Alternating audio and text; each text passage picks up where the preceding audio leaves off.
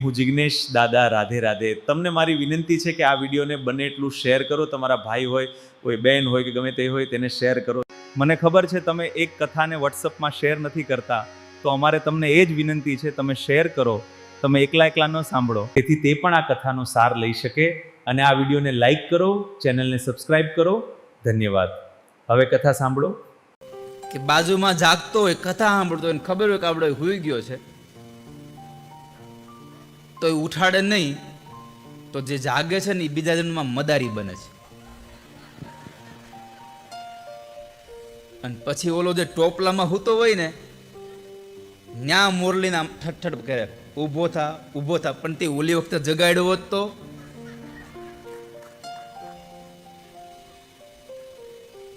એટલે બાજુમાં હુઈ જાય ને કેવું, ભાઈ તારે સાફ થવું હોય તો પાછળ વયો જા, અમારે મદારી થવું નથી, અમારે મદદ નથી થવું.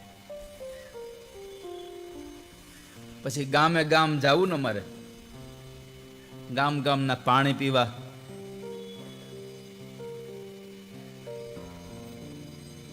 પણ સારો શ્રોતા, સુગ્ન શ્રોતા મળ્યો ભગવાન વ્યાસને. એનો એને આનંદ હતો. એટલે વ્યાસ બોલ્યા છે,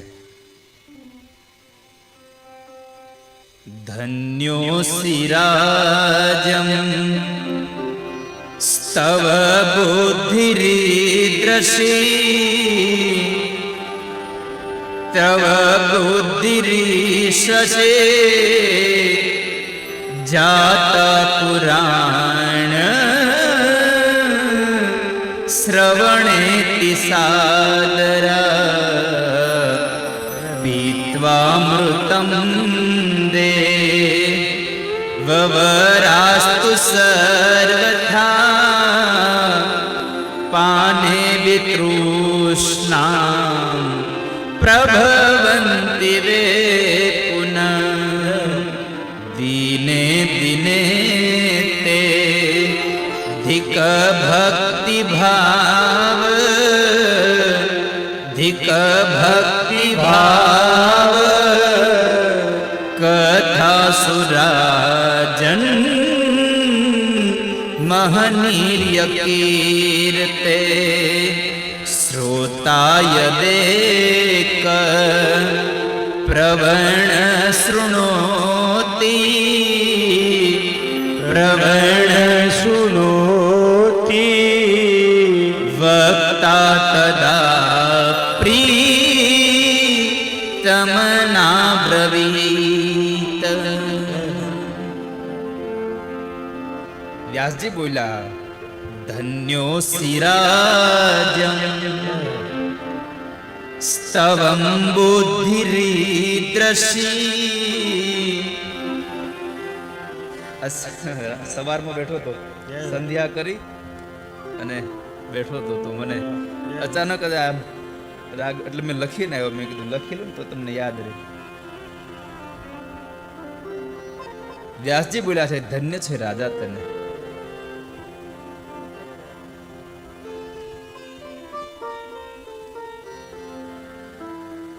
ધન્યોસી રાજમ સ્તવ બુદ્ધિરીદ્રશી જાત પુરાણ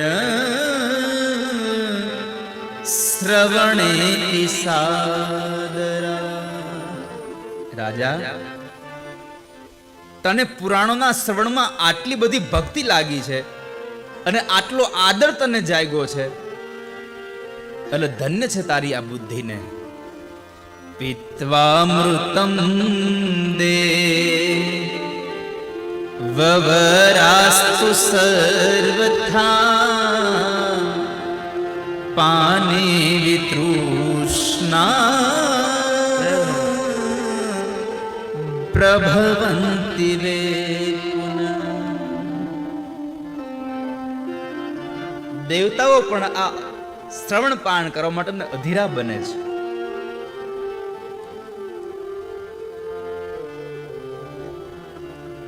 દેવતાઓ પણ આ પાન અમૃતનું જો કરે તો તૃપ્ત થઈ જાય છે. પણ હે રાજા, તે આ પુરાણોનું શ્રવણ પાન કર્યું અને છતાં પણ તને આટલી હજી પણ જિજ્ઞાસા જાગી છે. ધન્ય છે તારી આ બુદ્ધિને, ધન્ય છે તારી બુદ્ધિને. કેમ કે તને દિવસે દિવસે આવી ભક્તિ જાગતી જાય છે. કથાઓમાં દિવસે ને દિવસે તમને જે રંગ ચડતો જાય છે. આમાં અમુક શ્રોતાઓ તો એવા છે કે જેને આ કથા કેટલી વખત સાંભળી હશે. ઠાકોરજીની એટલી કૃપા છે અને તમારા ઉપર તો એટલી વિશેષ કૃપા છે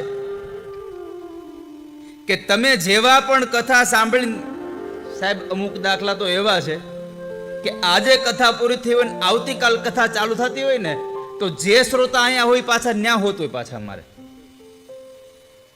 અમુક શ્રોતાઓ તો એવા છે કે આગળ હું કયો શબ્દ બોલી ઈ એને ખબર હોય, એને કથા મોઢે કરી નાખી હોય. અરે મિત્રો, તમે હજુ સુધી અમારી ચેનલને સબસ્ક્રાઇબ નથી કરી તો દીને શેની રાહ જુઓ છો? દીને અત્યારે જ અમારી ચેનલને સબસ્ક્રાઇબ કરી દો, કારણ કે અહીં ધિક જિજ્ઞેશ દાદાની બધી ભક્તિ કથાઓ આવે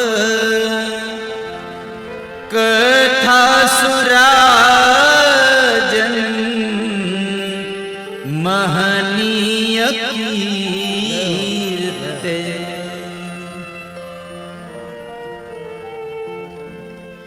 દિવસે ને દિવસે ભક્તિ ને ભાવ જાગતો જાય છે. રાજા ધન્ય છે તને. સાંભળ, તને આ વૃત્રાસુરની કથા કઈ બતાવો. ભાવથી સાંભળ.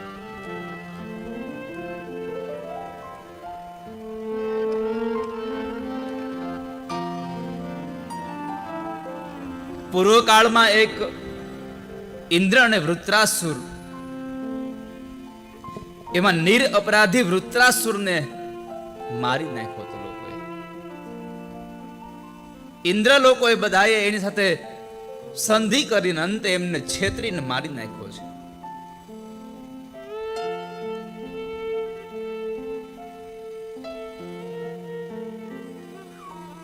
પણ રાજા, આ જે કઈ બધું ચાલી રહ્યું છે ને પરમ કૃપાળુ પરમાત્માની કૃપાથી ચાલી રહ્યું છે. માં જગદંબાની ઈચ્છાથી બધું ચાલી રહ્યું છે. અને જો માની ઈચ્છા ન હોય તો મેં આગળ પણ કહ્યું તું, ફરી વાર તમને આજ વાત યાદ કરાવી દઉં કે પરમાત્મા વિષ્ણુ પણ પોતાની ઈચ્છાથી અવતારને ધારણ નથી કરતા. એ માત્ર ને માત્ર માં જગદંબાની એકમાત્ર આજ્ઞાથી, ઈચ્છાઓથી લઈ અને એ અવતારને ધારણ કરે છે. અને જો ભગવાનને પોતાની ઈચ્છાથી ચાલતું હોય તો ક્યારેય એ મત્સ્ય ન બને, ક્યારેય કુર્મ ન બને, ક્યારેય વરાહ ન બને. પણ માત્ર ને માત્ર માં જગદંબાની ઈચ્છાથી હાલે છે બધું.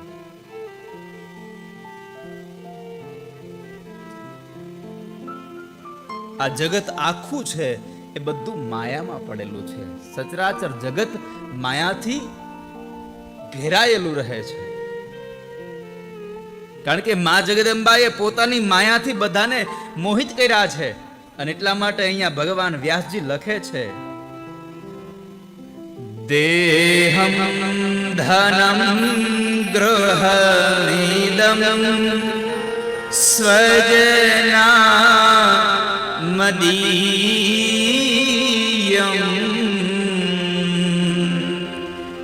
પુત્ર કલત્રમિતિ મોહમુપેત્ય સર્વ પુણ્યમ કરોત્યથ ચ પાપચયં કરોતિ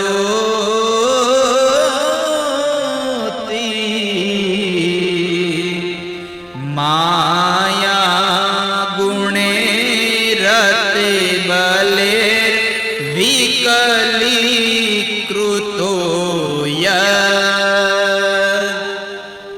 આ જગતનો તમામ જીવાત્મા, આ મારું શરીર છે, આ મારું ધન છે, આ મારું ઘર છે, આ મારી સ્ત્રી છે, આ મારો પુત્ર છે, આ મારો ભાઈ છે, આ બધા મારા મા બાપ છે, આવી બધી જ વિટંબણાઓમાં શા માટે પડે છે?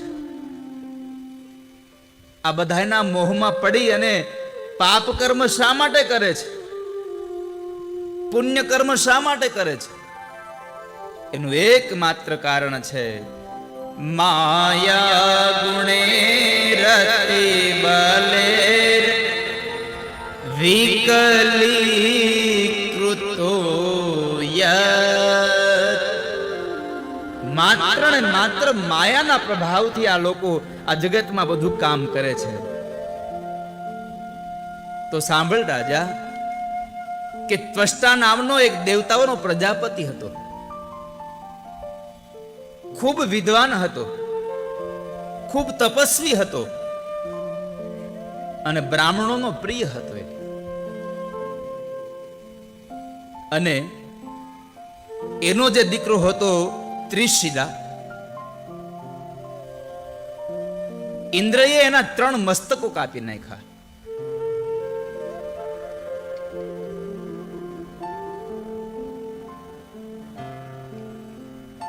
ત્રણ મુખ વાળો આ ત્રિશિલા, અને એ 3 મુખને લઈને અત્યંત શોભાયમાન હતું. ત્રિશિરાનું એક નામ છે વિશ્વરૂપ, કે જેને ભાગવતમાં આપણે માત્ર વિશ્વરૂપના નામથી ઓળખીએ છીએ. તો આ ત્રિશિરાને 3 મુખ હતા અને એ 3 મુખોથી 3 અલગ અલગ પ્રકારના કાર્યો કરી શકતો, 3 અલગ અલગ પ્રકારની વાચા બોલી શકતો. 3 મુખો હતા અને એકદમ દેદીપ્યમાન લાગતો. કહેવાય છે કે એક મુખથી વેદાધ્યન કરતો,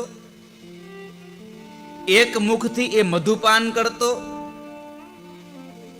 અને એક મુખથી એ તમામ દિશાઓનું નિરીક્ષણ કરતો. આવો આ ત્રિશિલા હતો. એણે ભોગનો ત્યાગ કર્યો, પોતે મૃદુ બન્યો, સંયમી બન્યો અને જીવનમાં મૃદુ રહેવું, સાહેબ, મધુર રહેવું, કોમળ રહેવું. કારણ કે બહુ કઠિન થવા પછી મજાય નથી. કઠણને કોઈક વાળવા દે ભાંગી જાય. એટલે થોડુંક નરમ રહેવું, મૃદુ રહેવું, નિર્મળ રહેવું. ધર્મપરાયણ હતો, તપસ્વી હતો અને અત્યંત કઠોર યુદ્ધ કરવા વાળો હતો.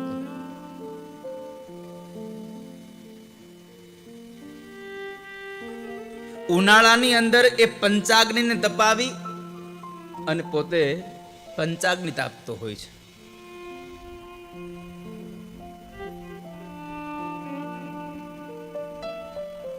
એક વખતના સમયે ઇન્દ્રને ડર લાગ્યો.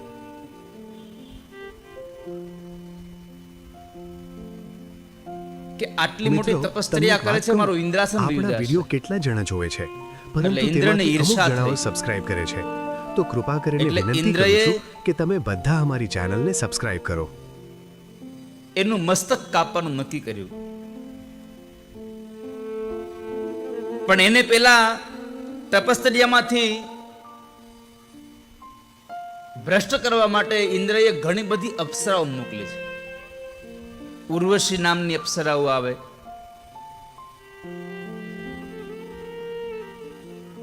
રૂપવતી બધી જ અપ્સરાઓને મોકલી અને ત્યાં આવી છે. પણ કહેવાય છે કે ઋષિ એટલા બધા મનમાં એ ભગવાનના તપમાં એટલા બધા લીન હતા કે આવેલી અપ્સરાઓના કામબાણની જરાય પણ અસર એના ઉપર થઈ નહીં. કોઈ જાતની અસર ન થઈ. પોતાના ધ્યાનમાં જ રહ્યા. ઘણા સમય સુધી આ અપ્સરાઓ ઋષિવરના આશ્રમમાં રોકાય છે, પણ એની કોઈ કાર્ય ફાવી નહીં, એને મોહિત ન કરી શક્યા. ઘણા બધા કામ જે બતાવ્યું છે અહીંયા ભાગવતમાં, કે કામશાસ્ત્રના જેટલા પણ એટલા હાવભાવ છે, બધા જ હાવભાવથી નૃત્ય કરી અને ઋષિવરને એ ધ્યાનમાંથી એ ભંગ કરવા માટે પ્રયત્ન કર્યા, પણ ઋષિનું ધ્યાન ભંગ ન થયું. અને એને લઈ અને ઘણા સમય પછી પાછી બધી જ અપ્સરાઓ ફરી પાછી સ્વર્ગમાં જઈ ઇન્દ્રને કહે છે કે મહારાજ માફ કરજો, અમે ઘણા પ્રયત્નો કર્યા પણ ઋષિને અમે એનો તપ ભંગ ન કરાવી શક્યા, અમને માફ કરજો.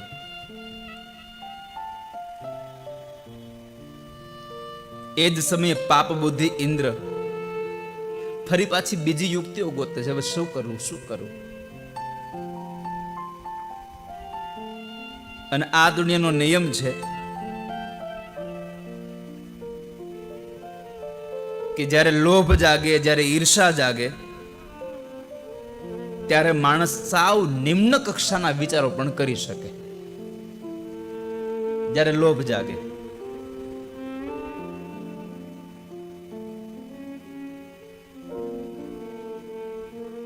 અને આપણે જગતમાં જોઈએ છે ને કે એક નાના એવા લોભ માટે માણસ શું શું કરી નાખે. હમણાં જ એક પ્રસંગ વાંચતો હતો, પેપરમાં આપ્યો હતો. એક યુવાન દીકરાએ દિલ્હીમાં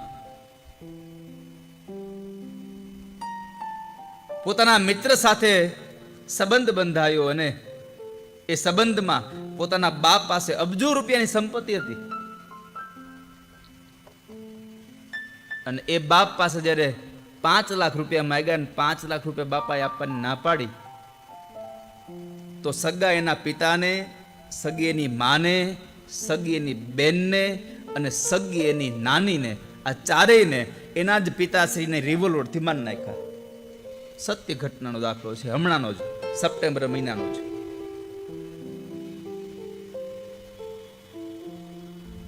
મારો કહેવાનો ભાવાર્થ છે કે જ્યારે તમને લોભ જાગે, જ્યારે તમને ઈર્ષા જાગે, જ્યારે દ્વેષ જાગે,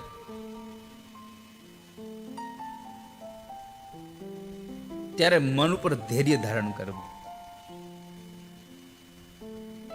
નહીં તો ન કરવાનું કાર્ય આપણાથી એ લોભના આવેશમાં આવીને થઈ જશે અને પછી એ કર્મના ફળ સ્વરૂપે જે પણ ભોગવવું પડશે પરિણામ, એ પરિણામ સારું નહીં હોય.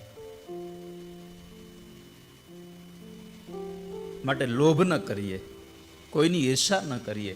પરમાત્માએ આપણને જે આપ્યું છે એનો આપણે આનંદ માણીએ. સૌથી મોટો વિચાર એ કરજો, ભગવાને જેટલું આપણને આપ્યું છે બધું આપણે વાપરી નાખીએ છીએ. પણ આપણને જે મળ્યું છે ને એનું સુખ નથી, જે નથી મળ્યું એનું દુઃખ થાય છે આપણને. ઘણા લોકોની વૃત્તિ કેવી હોય કે અત્યારે ભેગું કરી લઈ, પછી જ્યારે વૃદ્ધાવસ્થા આવશે ને પગ નહીં હાલે તો કંઈક ખાવા થાય ને, એટલે જે પડ્યું હોય એને વાપરે નહીં, વૃદ્ધાવસ્થા માટે બીજું ઘણું ભેગું કર્યા કરે, અને એ ભેગું કરવામાં જે ભેગું કર્યું હતું એ વાપરી ન કરે, એમને વયો જાય. હવે આપણું ભેગું કરેલું પછી છોકરાઓ ક્યાંક સટો રમી જાય અને પછી ઉપરે આપણને દુઃખ થાય, એના કરતાં પરમાત્માએ જે આપ્યું છે એની સારી જગ્યાએ એ સંપત્તિનો સારા જગ્યાએ એનો સદુપયોગ કરી અને અહીંયા ને અહીંયા તમારા આત્માને રાજી કરીને જાઓ. તો હું એટલું કહું કે ઉપર ગયા પછી સ્વર્ગ છે કે નહીં એની ખબર નથી, પણ અહીંયા જો તમને સુખી થતા આવડે તો સ્વર્ગ અહીંયા જ છે.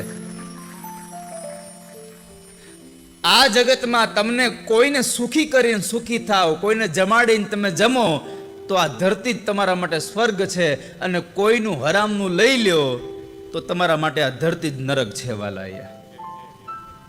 માટે નક્કી તમારે કરવાનું છે કે સ્વર્ગમાં જવું છે કે નરકમાં. હવે અહીંયા સ્વર્ગ ને નરકની જો અનુભૂતિ ન થાય તો પછી ઉપર ગયા પછી શું ખબર પડશે? અરે વાલા ભક્તો, તમે હજી આ કથા શેર નથી કરીને હું જાણું છું. કૃપા કરીને મારા ભક્તો મારો આ વિડીયો શેર કરો, જેથી બધા કથાનો સાર લઈ શકે અને ચેનલને સબસ્ક્રાઇબ કરી દો. માટે કોઈનું અહિત થાય એવો વિચાર ન કરીએ ક્યારેય. પણ એ સમયે ઇન્દ્રએ આવી અને ત્રિશરા નામના જે યજ્ઞ કરતા હતા ઋષિ, એનું મસ્તક ઉતારી લે છે.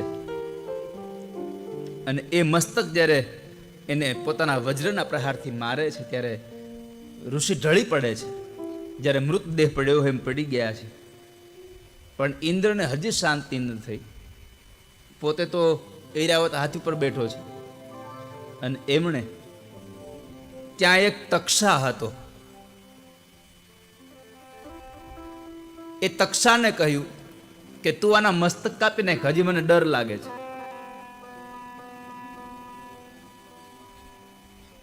તક્ષાએ કહ્યું કે હું કારણ વગરના શું કામ આના મસ્તક કાપું? મને ડર ન લાગે અને કાંઈ મને મળવાનું જ ન હોય તો? ઇન્દ્રએ કહ્યું કે હું તને જ્યારે યજ્ઞ થશે ને એ યજ્ઞમાં કોઈ પશુની બલિ હોમાતી હશે તો પશુના બલિનું જે મસ્તક છે એનો ભાગ હું તને આપીશ, પણ તું આનું કામ કરી દે. તક્ષાએ કામ કર્યું. એ 3 મસ્તકોને કાપ્યા છે. 3 મસ્તકોમાંથી જ્યારે એ 3 મસ્તકો ધરતી પર પડ્યા ત્યારે એ 3 મસ્તકોમાંથી પશુ પક્ષીઓ નીકળ્યા છે. પશુ પક્ષીઓ જ્યારે નીકળવા લાગ્યા એમાં જે મોઢામાંથી વેદપાઠ થતા હતા, જેમાંથી સોમપાન કરતો હતો, એ મોઢામાંથી જે પક્ષીઓ નીકળ્યા એ કપિંજલ નામના પક્ષીઓ હતા. ત્યાર પછી જે બીજું એક મુખ છે કે જે અન્ય તેજસ્વી હતું, એની અંદરથી તિતરીય નામના એક પક્ષીઓ નીકળ્યા. અને જે મોઢેથી એ મધુપાન કરતો હતો એ મધુપાન કરનારા એ ઋષિના મોઢામાંથી ગોરૈયા નામના જે 2 પક્ષીઓ નીકળ્યા.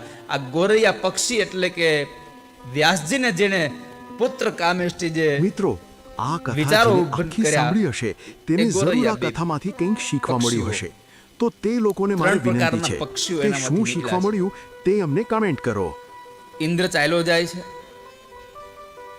પેલો તક્ષા પણ પોતાને યજ્ઞનો ભાગ મળે એના માટે પોતે પણ ખૂબ રાજી થયો.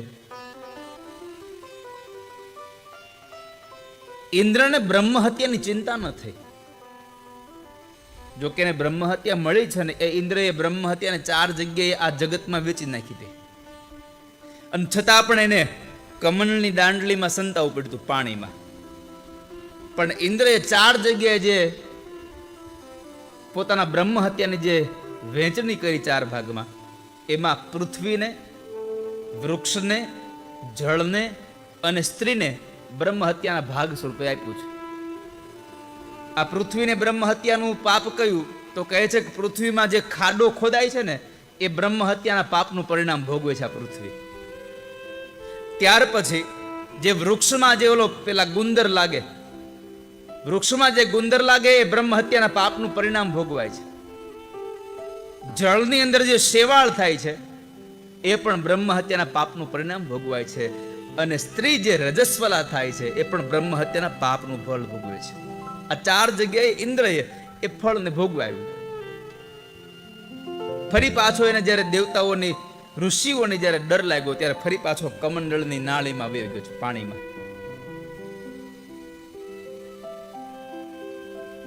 આ બાજુ ત્રિશરાનો જ્યારે મસ્તક કપાયું, વિશ્વરૂપનું મસ્તક કપાયા એટલે ત્વષ્ટાને બહુ ક્રોધ આવ્યો છે. અને ત્વષ્ટાએ ક્રોધને લઈ અને પછી પોતે યજ્ઞને પ્રગટ કર્યો. અને એ યજ્ઞમાંથી અથર્વ વેદોક્ત મંત્રોની સાથે, અગ્નિ સાથે એને હવન કર્યો. અને એમાંથી ઇન્દ્રને મારે એવો દીકરો પેદા કરવો હતો, પણ આવેશમાં આવી અને સંસ્કૃતના શબ્દમાં જરાક સંધિ વિચ્છેદમાં ભૂલ થઈ ગઈ, એક શબ્દને લંબાવાઈ ગયો તો બન્યું ઇન્દ્રને મારે એવો નહીં, ઇન્દ્રના હાથે મરે એવો દીકરો પેદા થયો, વૃત્રાસુર. સંસ્કૃત ભાષાના એક શબ્દના અનેક અર્થો થાય છે, એકના અનેક અર્થો આપ્યા હોય. એક પુરુષ પ્રગટ થયો, અગ્નિ સમાન પ્રકાશમાન હતો.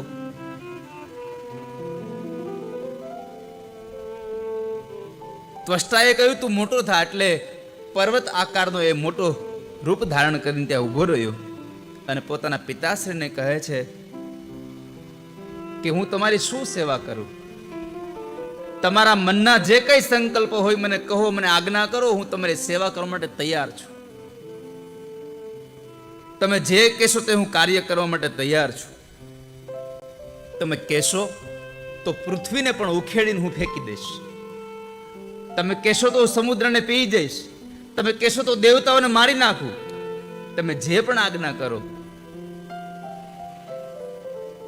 એ હું કરવા તૈયાર છું.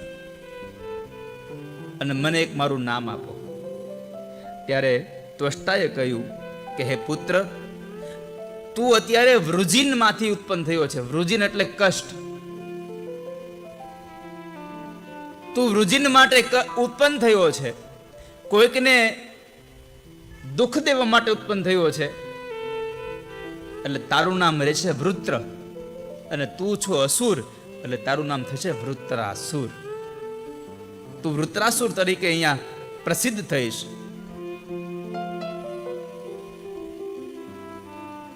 ઇન્દ્રએ મારા દીકરા વિશ્વરૂપને માર્યો છે, તું ઇન્દ્રને મારી નાખ. તું દુર્બુદ્ધિ એવા ઇન્દ્રને મારી નાખ. વૃત્રાસુરે પોતાના પિતાશ્રીની પ્રતિજ્ઞાને સાકાર કરવા માટે થઈ અને કહેવાય છે કે એમણે દેવતાઓ સાથે યુદ્ધ કર્યું, અને એ દેવતાઓએ એનાથી ખૂબ દુઃખી થયા છે. વૃત્રાસુરે બધાને જીતી લીધા છે.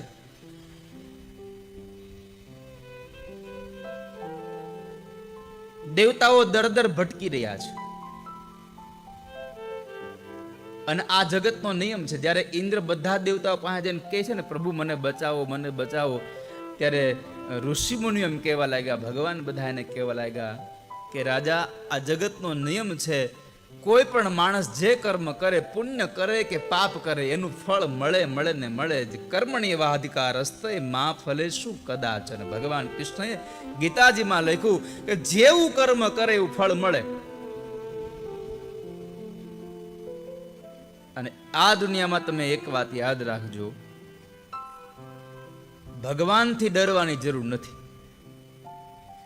પરમાત્માથી ડરવાની જરૂર નથી. માણસ ડરે તો પોતાના કર્મથી ડરે. કારણ 500 ગાયોના એક ઝુંડની વચ્ચે એક ગાયને ઊભી રાખો અને એ ગાયના વાછડાને દૂરથી વેતું મૂકો, એટલે 500 ગાયોની વચ્ચે ગમે ત્યાં એ ગાય હશે, એની માને એ ગોતી લેશે. એમ તમે કર્મ કર્યા પછી ગમે ત્યાં સંતાઈ જાઓ, પણ તમારું કર્મ તમને ગમે ત્યાંથી શોધી પાડશે, વાત નક્કી છે. માટે કર્મ કરતા પહેલા આપણે વિચાર કરીએ, અહીંયા પુણ્ય કર્યું તોય ભલે અને પાપ કરો તોય ભલે, એનું ફળ તમને મળે મળે ને મળે જ. માટે કર્મ વિચારીને કરીએ. એને મોહવશ થઈને બ્રહ્મ હત્યા કરી છે, તો એનું ફળ એને મળવાનું, એમાં સંશય નથી. તસ્ય પાપસ્ય સહસા મિત્રો ફલમેતદ. સાચું બોલો, હજી સુધી તમે અમારી ચેનલને સબસ્ક્રાઇબ નથી કરીને તો શેની રાહ જુઓ છો?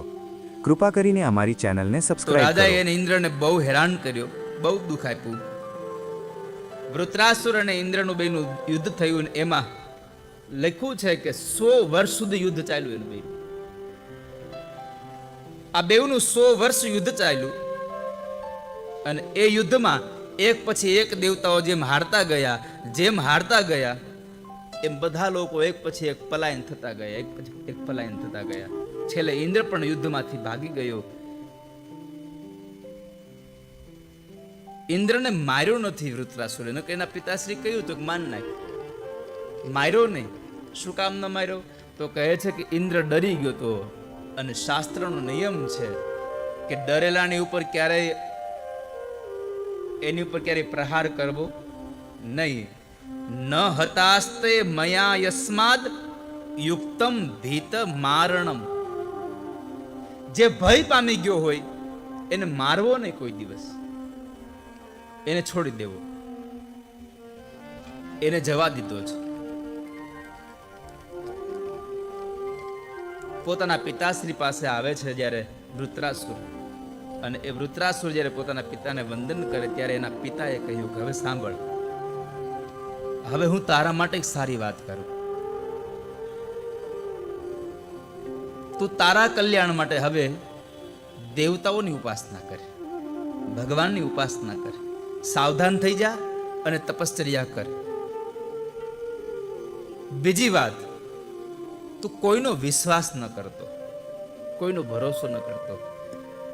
ભાગવતમાં 10મ સ્કંદમાં જ્યારે ભગવાન કૃષ્ણ મથુરા આવી અને કંસને મારે છે, ભગવાન કંસની છાતી માથે બેઠા છે આમ,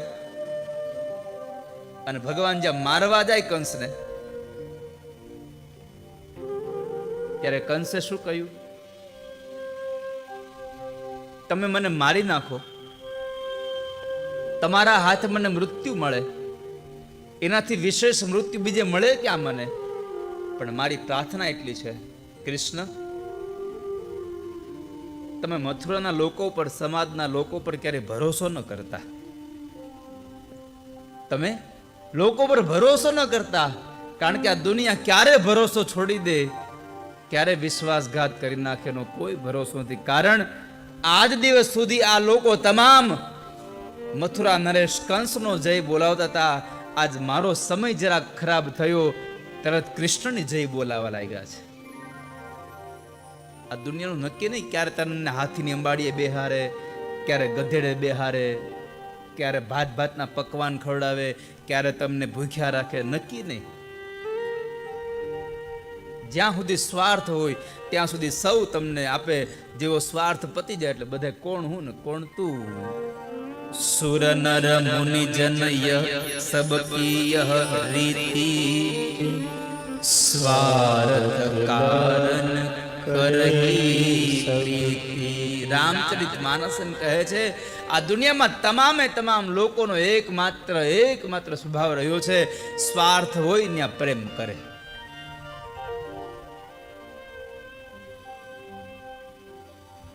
પણ જ્યાં સ્વાર્થ હોય ત્યાં પ્રેમ ન હોય, ને પ્રેમ હોય ત્યાં સ્વાર્થ ન હોય. પ્રેમ ગલી અતિ સાંકરી, ઉનમે દો ના સમાય. કાં તો પ્રેમ રહે અને કાં તો સ્વાર્થ રહે. જ્યાં સ્વાર્થ હોય ત્યાં પ્રેમ ન હોય. પ્રેમ કર્યો મીરાબાઈએ, જેને કોઈ સ્વાર્થ નતો. કૃષ્ણ મને છોડાવે, કૃષ્ણ મારા ઝેરના અમૃત કરીને પીવા આવે, કોઈ સ્વાર્થ નહીં. નરસિંહ મહેતાને કોઈ સ્વાર્થ ન હતો કે મારા પિતાશ્રીનું શ્રાદ્ધ કરવા આવે, મારા દીકરીનો કરિયાવર દેવા માટે આવે, એનું મામેરું કરવા માટે આવે, મારા દીકરા શામળિયાના લગ્ન કરવા માટે ભગવાન આવે. એને કોઈ સ્વાર્થ નતો, માત્ર પરમાત્મા પ્રત્યે પ્રેમ હતો. પ્રેમ પ્રેમ સબ કોઈ કહે, પ્રેમ ન જાને કોઈ, સ્વાર્થ રહિત પ્રેમ વિના જો. સ્વાર્થ રહિત નિડર રહે કે જેને પ્રેમ હોય. જ્યાં સ્વાર્થ ન હોય ત્યાં પ્રેમ રહે છે. પોતાના પિતાશ્રીના બતાવેલા માર્ગ ઉપર ચાલવા માટે થઈ તપ કરવા જાય છે. તપથી શું મળે? તપશ્ચર્યાથી શું પ્રાપ્ત થાય? તો દેવ ભાગવત લખે છે, યાદ રાખજો, તમે બધા લોકો તપ કરવા માંડો, એટલા માટે ભગવાન વ્યાસે લખ્યું છે કે આટલી બધી વસ્તુ મળે છે, અને જે મળે છે એ આપણે જોઈ જ છીએ. એક વખત નથી ચાલે મેના વગર. તપસા પ્રાપ્યતે લક્ષ્મી, તપસા રાજ્યમુત્તમં,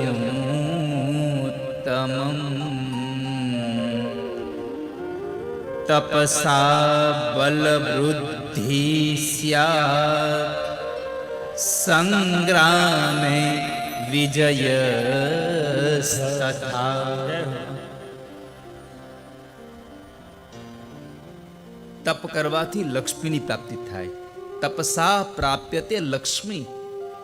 જે માણસ તપ કરે, જે માણસ ભગવાનની માં દુર્ગાની ઉપાસના કરે, એને માણસને લક્ષ્મી પ્રાપ્ત થાય છે. તપ માત્રથી ઉત્તમ રાજ્યની પ્રાપ્તિ થાય છે. ઉત્તમ રાજ્ય એટલે તમે શું સમજો છો? કે આપણે રાજા બની જઈએ એમ?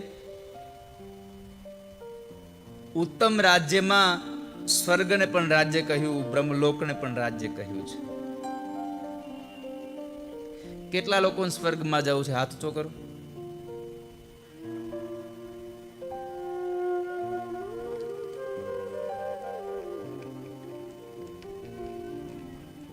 તમે તો સ્વર્ગની વાત પકડી છે આ યજમાન પરિવારે. હવે તમારે તો હાથ ઊંચો કરવો જોઈએ ને. હે,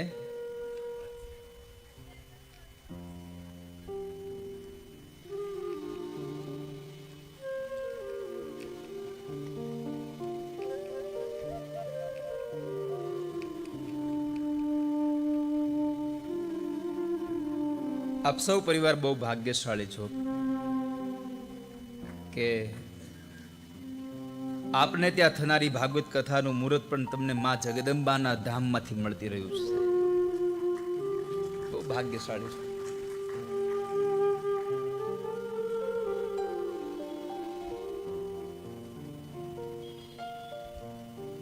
જો કે મેં તો કોઈ દિવસ જોયા જ નથી યજમાન પરિવારને.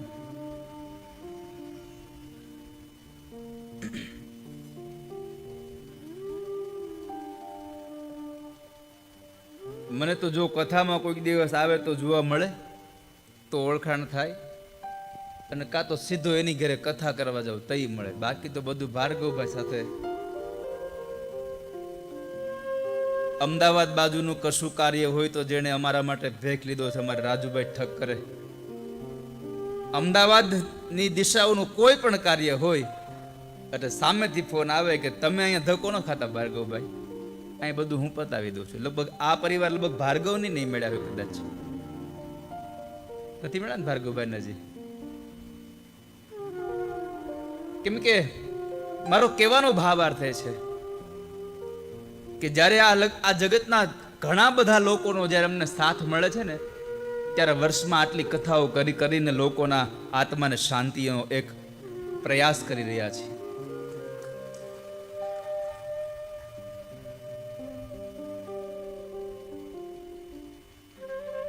અમદાવાદ બાજુ હોય તો અમારે રાજુભાઈ હોય, આમ દ્વારકાની વાત પકડીએ જામનગર બાજુ તો અમારે ત્યાં રાજભા છે, મધુભાઈ ચોવટિયા છે. મધુભાઈ નામ કાયમ યાદ રહેવાનું આપણને કે કોરોના કાળમાં પહેલી વહેલી કથા જો પ્રારંભ કરાવવાની કોઈ ઓનલાઈન કથા કરાવરાવી હોય તો મધુભાઈ ચોવટિયા અમારે જામનગરથી ચોવટિયા પરિવારે રાજકોટમાં બાલાજી મંદિરમાં કથા કરી. રાજકોટ બાજુ હોય તો અમારે મૌલીનભાઈ છે, અવધેશભાઈ છે, સંદીપભાઈ છોટાળા, અમારે પાંડેજી, આ બધા અમે ટૂંકમાં મારો કહેવાનો ભાવાર્થ એટલું આપને છે કે જે બાજુ આપ રહેતા હોય ત્યાંથી જો સહાય મળતી હોય ને તો જ આ બધું કાર્ય આટલું વિસ્તૃત રૂપમાં થઈ શકે, નહીં તો ન થઈ શકે. અને બધાયના સાથ વગર બધાયનો વિકાસ થાય છે. આપણને કેટલું સારું સૂત્ર આપ્યું સાહેબે, સૌનો સાથ વહાલા સૌનો ભક્તો, વિકાસ. તમને આ કથામાંથી શું શીખવા એણે ખાલી મળ્યું એક જ તે અમને ભાષણ નથી કમેન્ટમાં જણાવો અને અમારી આ ચેનલને સબસ્ક્રાઇબ કરો બધી જગ્યાએ અને આ કહ્યું છે. વિડિયો લાઈક કરો અને તમારા વહાલા બધી જ મિત્રોને શેર કરો જેટલા પણ આ જેથી તેઓ જગતના પણ આ જેટલા કથાનો પણ સાર ક્ષેત્રો લઈ છે, શકે. એ ક્ષેત્રમાં બધાયનો સાથ હોય એટલે બધા જ ક્ષેત્રોમાં બધાયને ઉન્નતિ મળે.